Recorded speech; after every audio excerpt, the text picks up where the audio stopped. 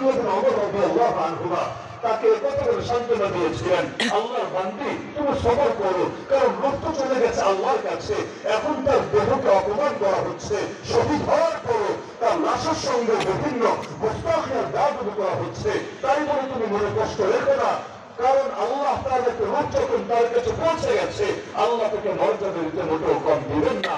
তখন তিনি ইমানের বলে বলিয়ান হয়ে বলেছিলেন, ওমা ইয়ামনাউনি, আরে সবর করতে আমাকে কোন জিনিসটা বাধা দেবে?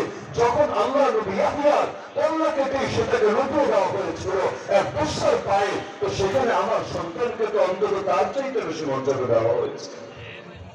তো দুনিয়ার বুকে হকপন্থীদের পর কখনোই কাটামুক্ত ছিল না।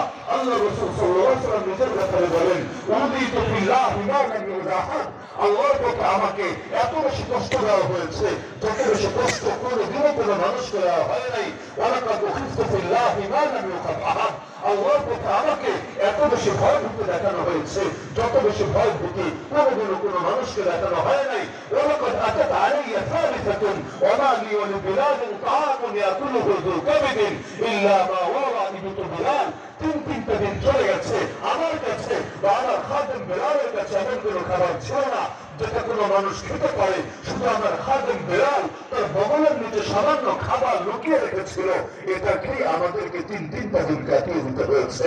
আর সর্বযুগের সর্বশ্রেষ্ঠ মহামানব আল্লাহর পর যিনি সবচেয়ে বেশি দাবি, এমনকি আরশ কুরসি লৌহ কলমের চাইতেও যিনি বেশি সম্মানী, ক্ষুধার জ্বালায় তাকেও পেটে পাথর বাঁধতে হয়েছে, মাসের পর মাস পার হয়েছে, ঘরে চুলো জ্বলে নাই, এমন দৃশ্য তার জীবনেও এসেছে।